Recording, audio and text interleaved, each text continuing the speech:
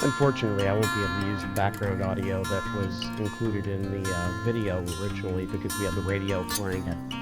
I wasn't thinking about the fact that there'd be copyright pushes against my video, so I'm just going to do a little bit of voiceover. So we were catfishing shallow water. We were throwing the baits up into, I don't know, 12 to 2 feet of water, 12 inches to 2 feet of water. And the shad are spawning right now in Lake Tawakoni. They probably are in other local area lakes.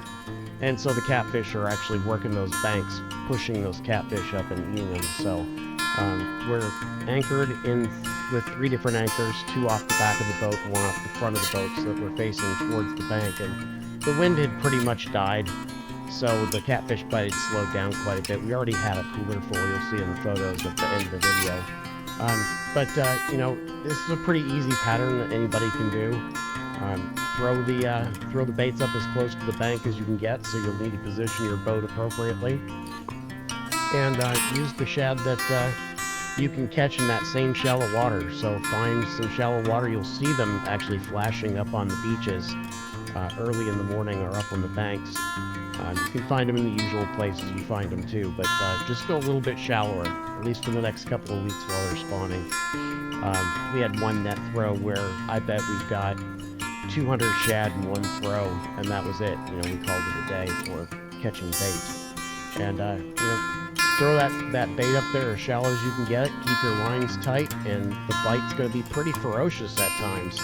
These fish are in shallow water. It's warmer there. You'll notice that the blue catfish are darker than normal on their backs, and that they're a lot more active. You're going to really pull on that rod. You'll be surprised how small the fish might be after you set that hook and you feel the fight and you see it run. And you know, a lot of times they're going to swim straight at you. When they swim straight at you, just crank that reel, crank it, crank it, crank it. You might think they're not there until sometimes you get it right to the boat. So anyway, had a good time fishing with Patrick and John. Look forward to fishing with you guys again. And just a short video just to kind of recap what we did. We came back with a mess of fish, and both of them went home with a couple bags of fillets, both white bass and catfish. We did some white bass fishing under the 2-mile bridge after we left the previous location we were at, not this one. This is where we finished our day. And the white bass were actually surfacing right next to the boat under the bridge. And using jigs, we also had some live shad. We caught some really nice ones. You'll see a picture of John's 16-inch white bass here at the end in the photos. So, you know, a little bit of a mixed bag. We did some trolling for white bass as well, and I'll do an episode just on trolling for white bass. Very similar to what I did in one of my kayak videos, one of my earlier videos. So anyway, thanks for watching.